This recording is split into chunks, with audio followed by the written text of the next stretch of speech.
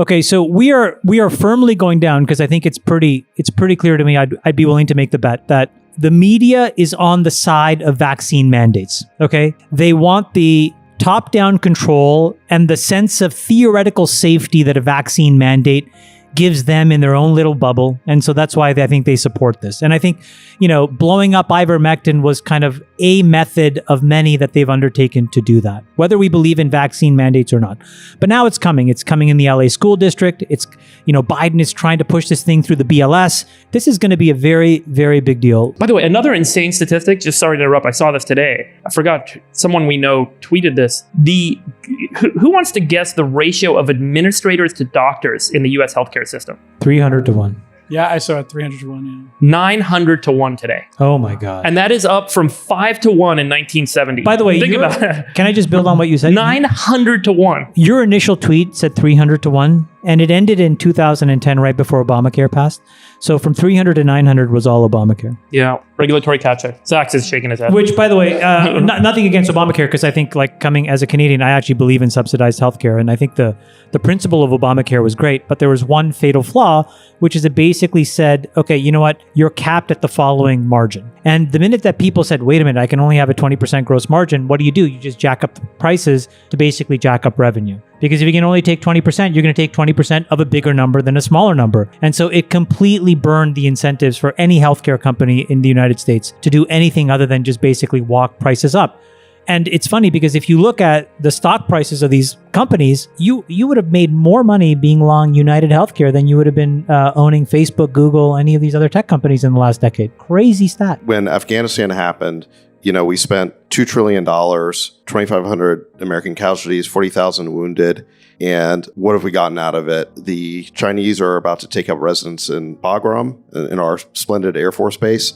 And the Taliban are one of the best equipped armies in the world. That's basically what our $2 trillion got us. And China's going to build a superhighway. Right. By the way, and they're going to extract all did you see the thing where the Taliban were flying around in our helicopters? How did they learn to fly our helicopters? No, it was fake apparently. Yeah, it was fake news. Fake news. Oh, fake God. news. Don't spread it. They do have more I Black had fake Hawks moral now. outrage then. Apparently the helicopters that were left behind are non-functional, so let's just clear that up. That's not true. Yeah. They have more Black Hawks than any other army in the world except for us. Haven't you seen all the photos of them? They're all decked out in our Taliban? uniforms. It's incredible. Really? Yeah. Oh, yeah. They got our night vision goggles and the whole photos thing. on the internet. No. There was reporting itemizing the inventory, the cache of weapons we left behind. It was gigantic. All right, let's It's a get to the question huge now. problem. The good news, bad news. Okay, so that's the bad news. That's what $2 trillion of government spending got us. The good news is I went back and I looked at how much money has been invested in the venture capital space over that same 20-year period that we were in Afghanistan. Yeah. And it roughly tallied up to about $2 trillion. I didn't know that, actually. I added up the Coincidence. chart. And most of it was in the last 5 years because there's actually been a huge acceleration in the amount of money coming into VC over the last several years, the SoftBanks, the Tigers, and so that you've had these Late stage funds. the mega late stage funds. So the truth is, for really way less than, I'd say, $1 trillion of, early stage, like true venture money, we've been able to create the entire technology ecosystem as we see it today. I mean, not entire, I guess go back 20 years, there's 5 years in the late 90s. So the private enterprise system has accomplished so much with relatively so little money. You compare the efficiency of it, you almost wonder, how did we squander so much money in Afghanistan? How is it possible? It took active looting by many different forces to basically squander. I mean, think about every literally had to burn money. Every venture-backed company Google, at every Facebook, stage Tesla, in the last 20 years, Uber, Airbnb. that's how much money we spent in Afghanistan. I mean, how much of that money went to line the pockets of private contractors and, warlords we were paying off? I mean, it was a giant kleptocracy, okay? The CCP is now moving to break up Alipay's business. This is after Jack Ma went on a holiday to learn how to oil paint. Thoughts, Chamath? Well, I think this is sort of like one other step in what we've been talking about for a while, which is that China is basically becoming a completely vertically integrated government where the public and private sector has no real clear delineation.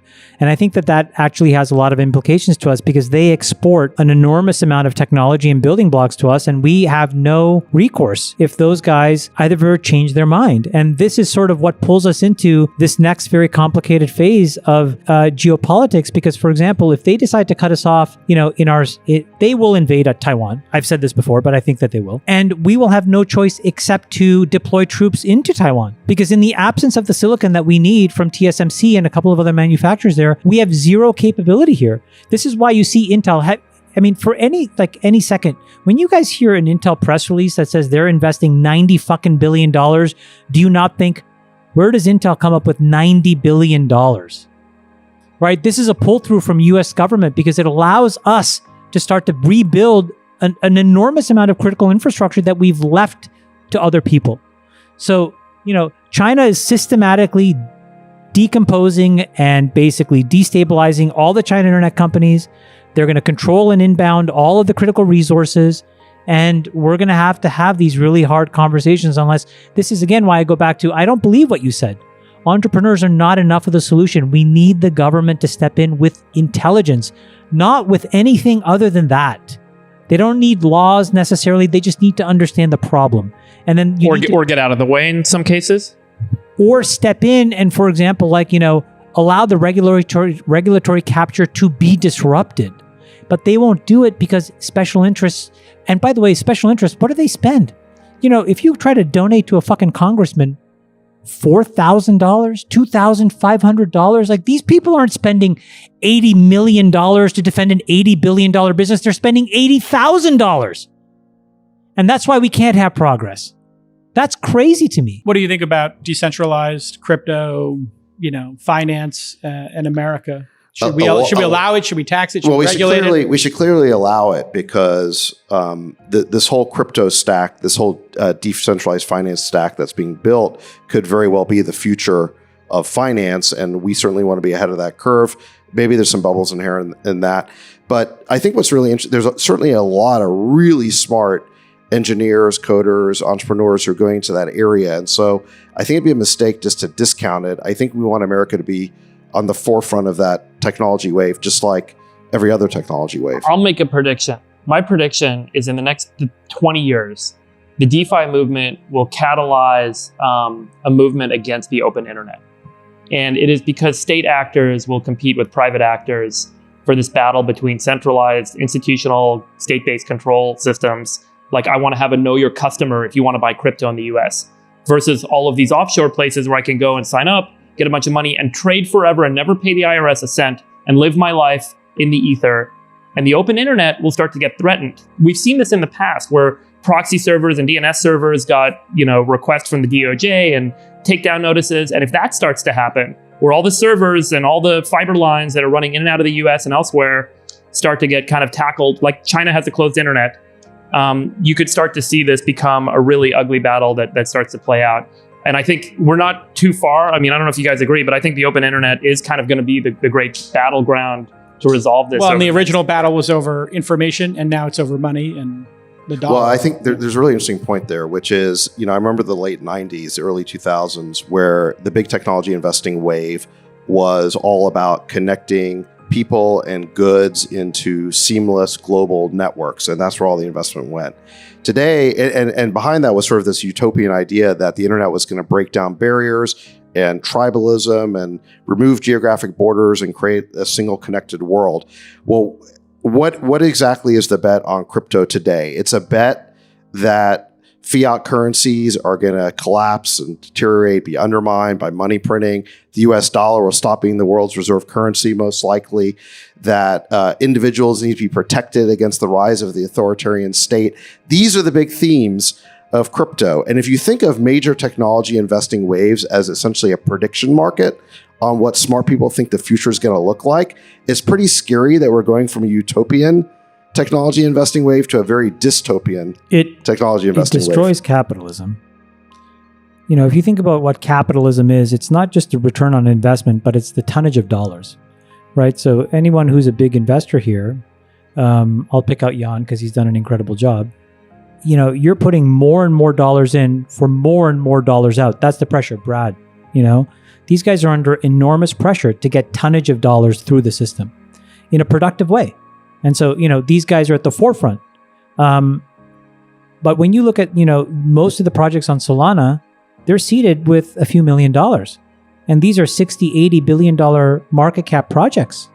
And so I don't know how capitalism survives in that world, number one. Number two, governance goes completely out the window because you're essentially replacing a set of norms that we've all agreed to about what a company is. It's an LLC or it's a C Corp that is incorporated with laws. There is recourse for you. You can go to these places and sue them. Now it's a DAO. It's a bunch of rules written in a blockchain. Here's how it all works. Here's how I make my HR decisions.